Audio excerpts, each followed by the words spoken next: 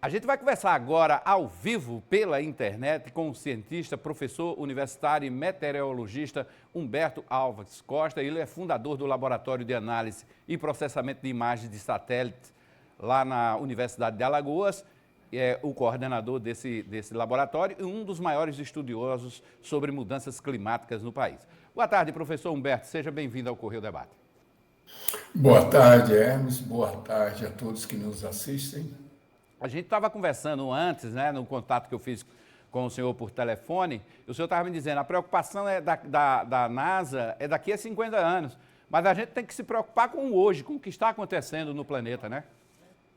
De fato, Hermes, a gente tem que considerar que o Colin Raymond, que é o pós-doc da NASA JPL, esse estudo dele, que depois se tornou uma informação da NASA para os interessados, é muito claro, a gente está passando por ondas de calor e a temperatura do bulbo úmido, que é uma temperatura fatal, é a que leva à morte, e que alguns lugares já têm alcançado essa temperatura, ela vai ficar cada vez mais frequente. É uma temperatura em que o corpo humano não suporta isso em poucas horas, ou, em alguns casos, pessoas mais velhas ou crianças podem falecer em menos de 3 ou 4 horas. Então, a temperatura do bulbo úmido ela é uma temperatura de 35, é a temperatura crítica. Mas vale lembrar também, Helms, que a gente já encontrou e já tem alcançado essas temperaturas de 35 graus em vários lugares, principalmente na Ásia, isso tem sido muito frequente.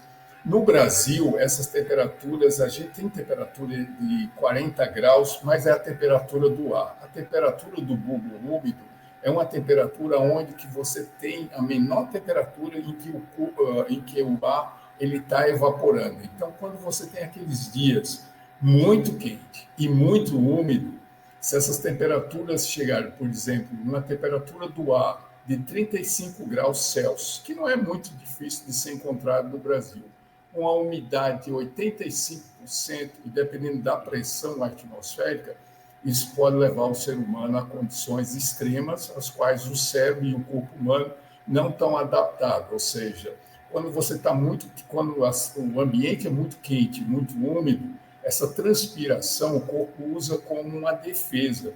Só que em uma determinada condição, esse corpo não consegue mais esfriar o corpo e o cérebro não responde mais, e isso, de certa forma, provoca a morte. Essa é o que a gente chama de temperatura de bulbo úmido. O que nos preocupa é que essa visão da NASA, né, esse trabalho da NASA, do Colin Raymond, ele leva muito isso num cenário, vários cenários, e levando isso numa situação há 50 anos, daqui a 2070 aproximadamente, alguns lugares do planeta seriam inabitáveis. Mas, de fato, a gente já está sob o efeito da mudança climática presente e toda a região do litoral no Brasil, desde a costa do Nordeste até o litoral do sul do país, onde a gente teve recentemente a catástrofe, né? Ou seja, a condição extrema climática que a gente passou no início de maio, essas condições elas estão favoráveis, ou seja, há outros riscos, né? Há outras condições extremas climáticas ou hidrometeorológicas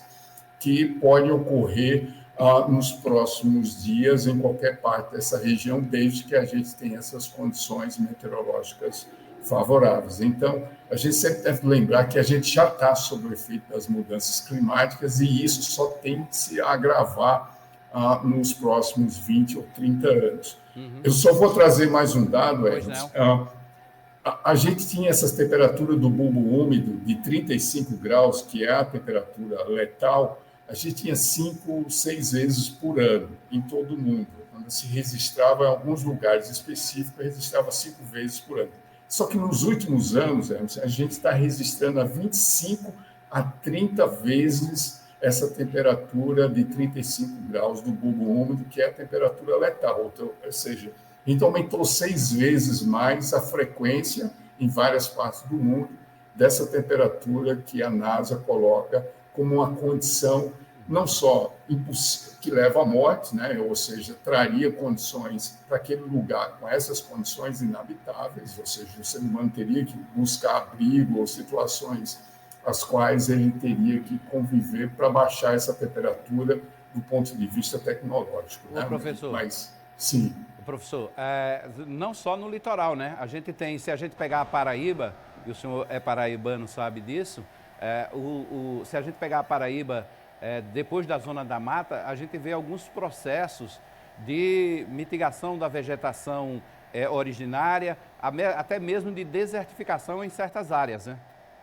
Isso nos preocupa sim, e isso já ocorre. A gente tem hoje, em todo o Nordeste do Brasil, principalmente no semiárido brasileiro, 13% do seu território já desertificado, e a maioria dos estados que cobrem a região do semiárido, no Nordeste brasileiro principalmente, a gente já tem uma taxa de 40% a 50% de degradação.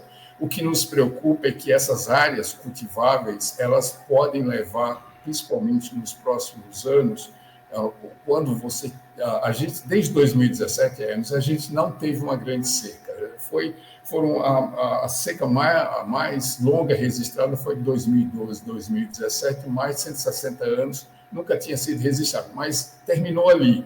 A gente já tem uns 5 anos que não tem um registro de uma grande seca no Nordeste do Brasil. Isso é temeroso, porque as condições hoje de temperaturas acima das condições normais podem fazer com que essas secas, o retorno dessas secas, sejam mais prolongadas e mais letais. Isso também traz questões, principalmente da imigração. Em condições extremas, o ser humano, o que a gente chama mobilidade climática, ele busca outras áreas, e isso é de uma forma muito rápida. Só para a gente ter uma ideia, no sul do país, no Rio Grande do Sul, houve uma imigração em poucos dias de 400 mil habitantes, ou seja, a população de Campina Grande, por exemplo, na Paraíba, chega aproximadamente esse número, ou seja, em situações extremas climáticas, não só o impacto, mas também essa mobilidade humana em busca de lugares em que elas possam se acomodar. Isso é uma preocupação também para os gestores. Isso a gente tem que se lembrar, que quando a gente olha os extremos climáticos, a gente está olhando uma população, a gente está olhando o povo, de como a coordenação tem que ser feita para que essas pessoas possam buscar alternativa, não só do ponto de vista climático, mas também econômico-social. E isso é muito impactante no semiárido, principalmente onde essas temperaturas e a redução das chuvas vão trazer secas ainda cada vez mais rápidas, o que a gente chama seca relâmpagos. Foi parte do nosso trabalho agora no final do ano passado e agora mais recente, onde a gente tem jogado luz que essas condições climáticas vão colocar cada vez mais pressão nas populações mais fragilizadas, né? Suscetíveis a isso. A gente está falando principalmente das populações periféricas. Elas são as que mais sofrem com esses impactos. Ok. Professor, a gente tem um minutinho ainda. Eu gostaria de saber do senhor se há como o ser humano ainda recuperar todos esses prejuízos ou não tem mais volta?